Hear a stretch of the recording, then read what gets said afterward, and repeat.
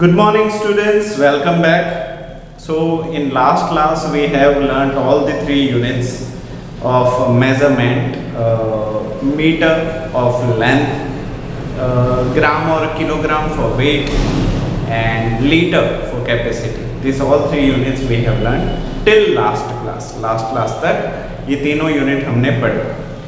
With respect to these units, we have also learnt multiples and submultiples of that unit. उसको unit को बड़ा करने के लिए और छोटा यूनिट करने के लिए उसके कुछ टेक्निक दी गई थी, जिसको हम बोलते थे milli centi decimetre, deca hecto kilometre, milli centi decigram, deca hecto kilogram, milli centi decilitre, deca hecto kilolitre.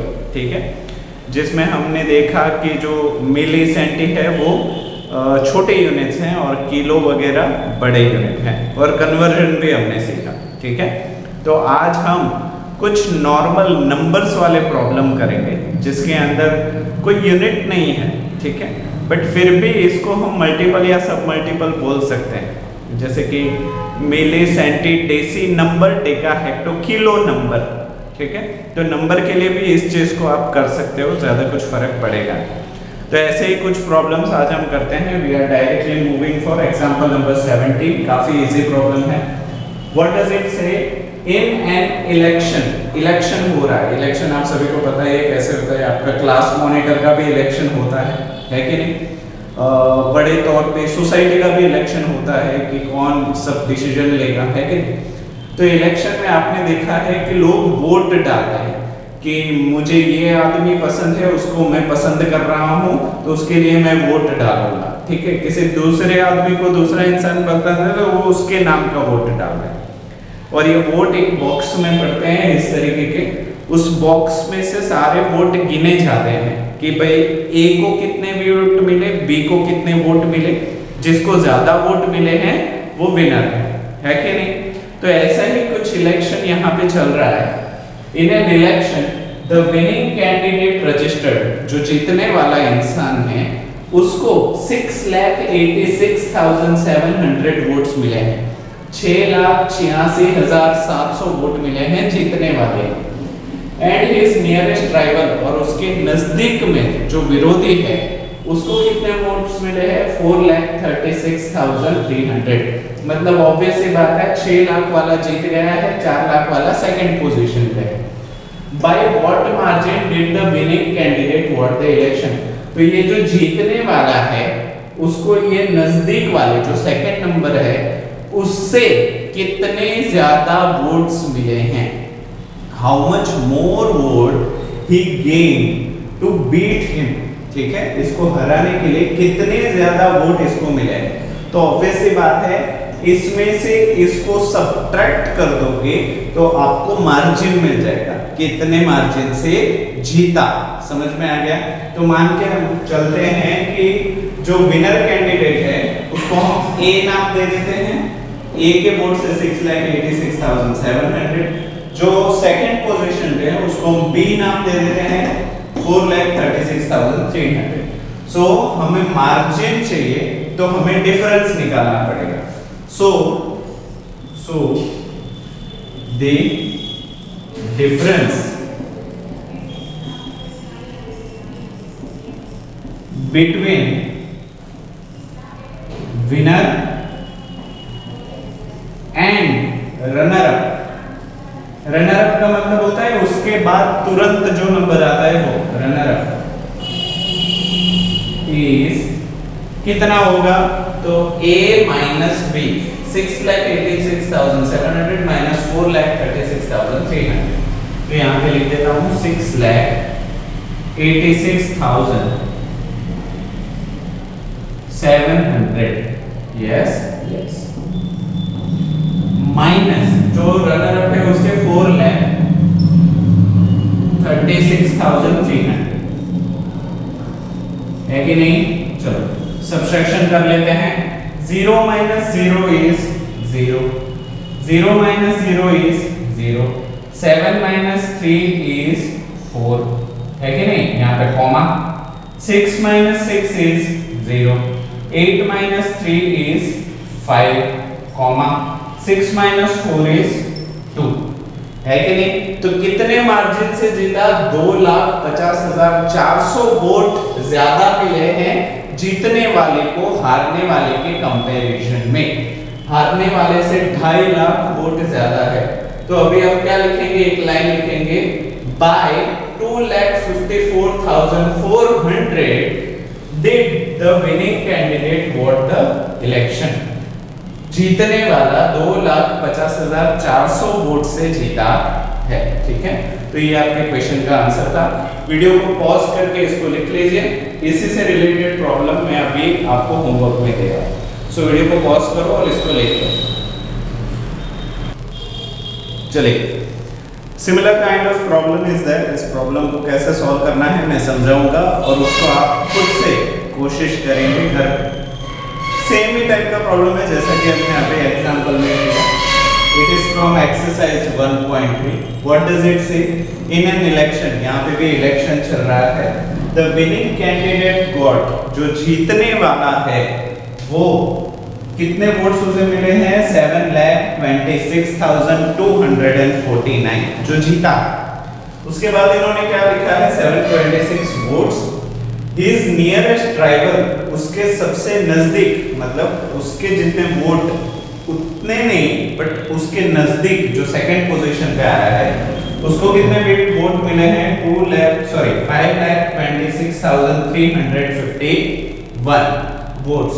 And the third candidate जो तीसरे नंबर पे आया है उसको मिले हैं 45,460 votes. 2,285 votes were declared invalid। 2,285 vote ऐसे थे जिनको कैंसिल किया गया, इनवैलिड किया गया। जब भी इलेक्शन में आप एक से ज्यादा कैंडिडेट को वोट देते हो, वो ये भी मेरा फेवरेट है, ये भी मेरा फेवरेट है, ये भी मेरा दोस्त है, वो भी मेरा दोस्त है, मैं दोनों का नाम लिखूंगा, तो उस वोट को नल वॉइड किया जाता है, कैंसिल किया जाता है। ठीक है, या फिर किसी ने मजाक के लिए किसी ऐसे का नाम लिख दिया जो इलेक्शन में है ही नहीं, तो वो वोट भी कैंसिल होता है। या किसी ने सिर्फ खाली पर्ची डाल दी किसी के नाम की बिना की, तो वो भी कैंसिल होते हैं। तो ऐसे टोटल 2,285 वोट थे जो नल वॉइड हो गए, कैंसिल्ड हो गए। were declared invalid, what was the total number of votes polled in that constituency? उस क्षेत्र में कितने लोगों ने वोट डाला, कुल मिला के वो आपको गिनना है।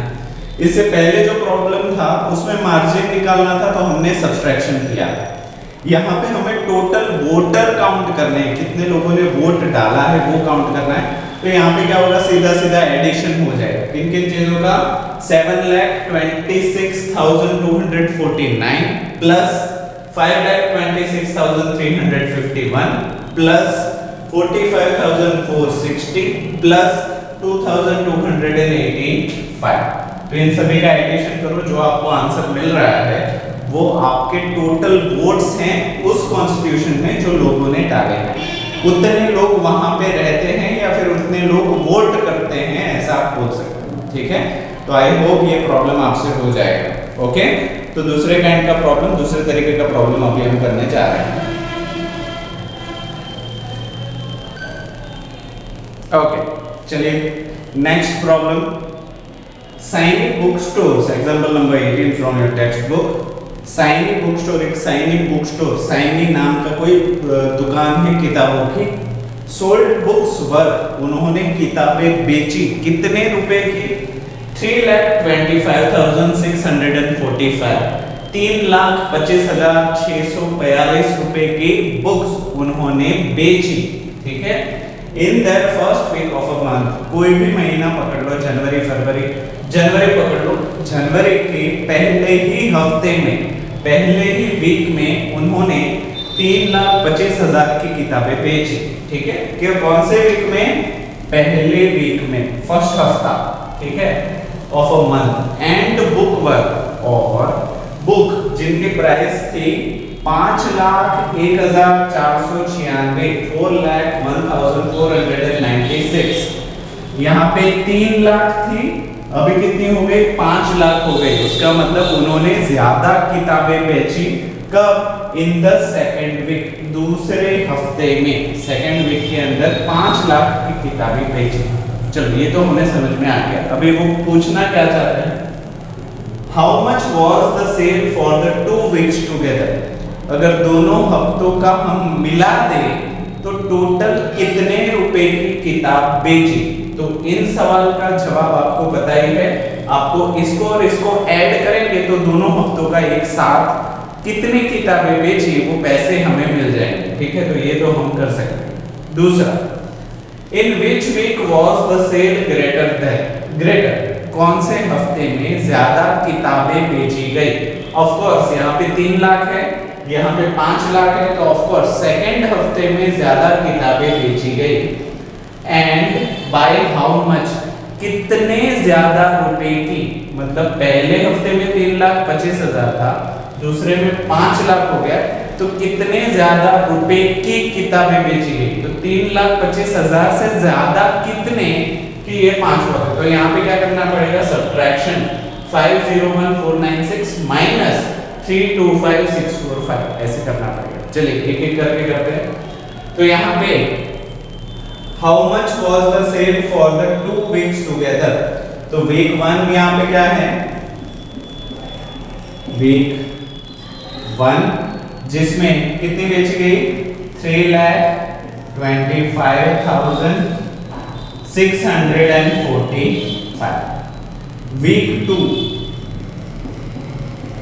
दूसरे हफ्ते में कितनी किताबें बेची गई 5,01,496 है कि नहीं। तो दोनों हफ्तों की मिला के बोथ वीक्स, तो ये आसानी क्या करो, सीधा एडिशन कर दो यहाँ पे। सो 3 5 + 6 11, रिमाइंडर विल बी 1, 4 + 1 5 + 9 14, 14 यहाँ पे रिमाइंडर हो जाएगा 1, 6 + 1 is 7, 7 + 4 is 11, reminder 1, 5 + 1 is 6, 6 + 1 is 7, यहाँ पे कॉमा, यहाँ पे तो 7 है, रिमाइंडर नहीं जाएगा। 2 + 0 is 2 and 3 + 5 is 8। तो 8,27,141 रुपीस, इतने रुपए की 2 हफ्तों में उन्होंने किताबें बेची। समझ में आ गया कितने रुपए की, 8,27,141। चलो ये आंसर तो हमारा हो गया पहला, कि दोनों हफ्तों में मिला के इतने रुपए की किताबें बेची। Now in which week was the sale greater. तो हमें पता है कि in second week sale was greater, दूसरे हफ्ते में अच्छा बेचा गया, ज्यादा बेचा गया। So second week sale was greater. And by how much, कितने रुपए से ज्यादा हुआ। तो हम क्या करेंगे, second week minus first week. तो यहां पे हो जाएगा आपका 5,01,496 माइनस कितना 3,25,645 9 नहीं 5। ठीक है, यहां पे सब्ट्रैक्शन कर दो। 6 - 5 will be 1, 9 - 4 that is 5, 4 - 6 not possible। तो यहाँ पे क्या करना पड़ेगा, 14 उसको एक टेंस प्लेस देना पड़ेगा। यहाँ देने के चक्कर में यहाँ से एक कम करना पड़ेगा, तो क्या हो जाएगा 0। सो 14 - 6 is 8, 0 - 5 not possible। तो 0 को क्या बनाना पड़ेगा 10। इसको 10 बनाने के चक्कर में आगे वाले से एक उधार लेना पड़ेगा, बट आगे वाले के पास खुद कुछ नहीं है। तो खुद कुछ नहीं है तो वो क्या करेगा, पास करेगा, बट पास करने के चक्कर में उसको अपने आप को बदलना पड़ेगा। तो वो क्या हो जाएगा 9, और ये आगे पास हो गया तो अभी 5 कट के हो क्या हो जाएगा 4। सो 10 - 5 is 5, 9 - 2 is 7, 4 - 3 is 1 है कि नहीं। सो 1,75,851 रुपीज, इतने ज्यादा रुपए की किताबें दूसरे हफ्ते में बेची गई। समझ में आ गया? तो ये आपका सेकंड वाला आंसर है और ये आपका फर्स्ट वाला आंसर है।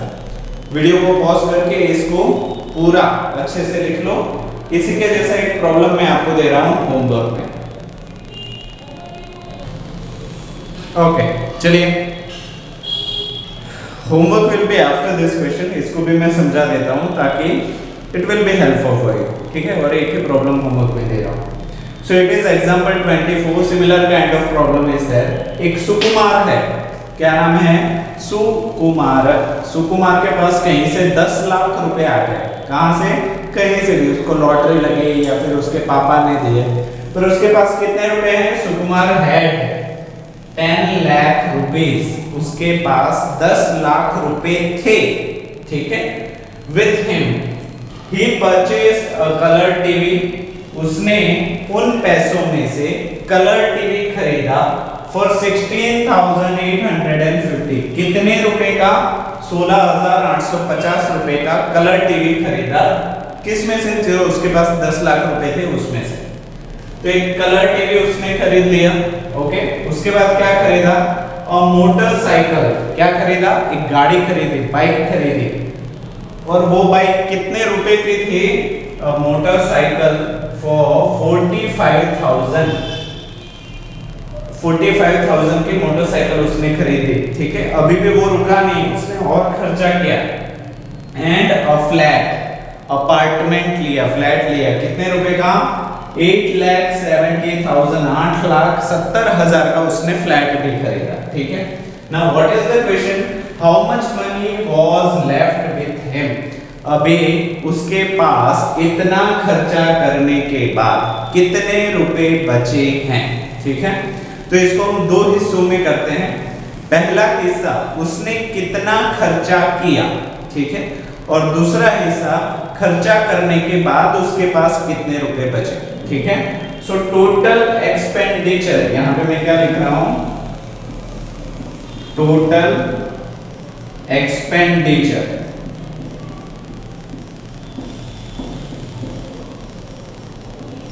टोटल खर्चा कितना किया? तो यहां पे उसने कौन कौन सी चीज ली? टीवी ली, मोटरसाइकिल ली, और मोटरसाइकिल, और उसने लिया फ्लैट। 3 चीजें उसने ली। कितने कितने रुपए के लिए वो हम यहाँ पे लिख लेते हैं। टीवी कितने का लिया? 16,850, 16,850। अच्छा, यहाँ पे थोड़ा, हाँ, मैं आपको एक सजेशन दे रहा हूं। आप क्या करो ना, सबसे महंगी चीज पहले लिखो और सबसे सस्ती चीज बाद में लिखो। तो अगर महंगाई के हिसाब से लिखे तो सबसे ज्यादा खर्चा उसने कहां पे किया है? फ्लैट में। तो सबसे पहले हम क्या लिखेंगे? फ्लैट। फ्लैट में कितना खर्चा किया है? 8,70,000, ठीक है? चलो, उसके बाद सेकंड नंबर का खर्चा कितना है उसके? मोटरसाइकिल का। मोटरसाइकिल कितना खर्चा किया है उसने? 45,000, ठीक है? उसके बाद कितना खर्चा किया है टीवी पे? 16,000। कलर टीवी कितना खर्चा है? 16,850, 16,850, ठीक है? तो उसने टोटल खर्चा कितना किया? एडिशन करो, 0 0 0, इट विल बी 0, 0 0 5, ये हो जाएगा 5, 0 0 8, ये हो जाएगा 8, कॉमा, इंडियन सिस्टम के हिसाब से 0 5 and 6 11, reminder is 1, 7 plus 1 8, 8 plus 4 12, 12 plus 1 13, 13 का 3 और 1 इज रिमाइंडर, 8 plus 1 9, ठीक है? सो उसने टोटल खर्चा कितना किया? उसने टोटल खर्चा किया 9,31,000 850, 9,31,850 रुपए उसने खर्च कर दिए। कितने में से? 10 लाख में से। तो अभी उसके पास बचे कितने?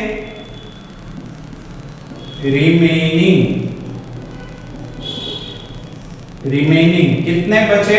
तो हमें लिखना होगा टोटल माइनस एक्सपेंडिचर। टोटल कितने थे, उसमें से कितना खर्चा किया। हमारे पास टोटल कितना है, यहाँ पे देखो 10 लाख रुपए हमारे पास थे। हमारे पास मतलब सुकुमारन के पास थे। उसमें से उसने कितना खर्चा किया? 9,31,850, 9,31,850 उसने खर्चा किया।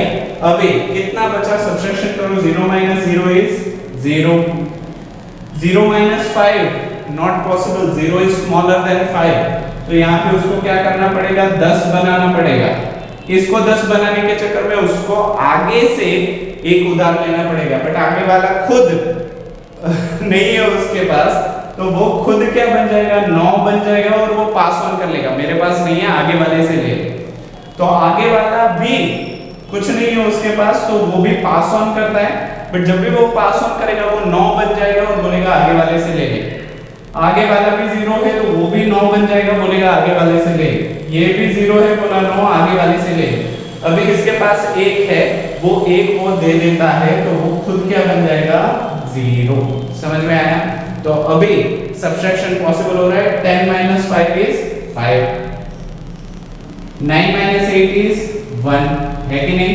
9 minus 1 is 8, 9 minus 3 is 6, 9 minus 9 is 0। समझ में आया? सो यहाँ पे 68,150 रुपीज उसके पास बचे बैलेंस।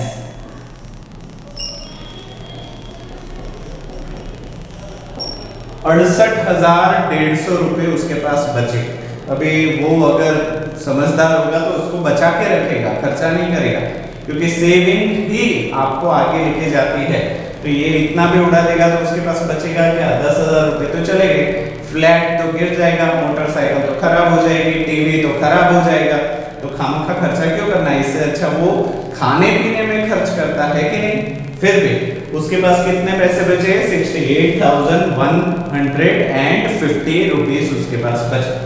तो वीडियो को पॉज करके इसका सॉल्यूशन लिख लीजिए। अभी एक problem from the exercise I am giving you as a homework, will be homework for you. ये वाला प्रॉब्लम आपके लिए रहेगा होमवर्क।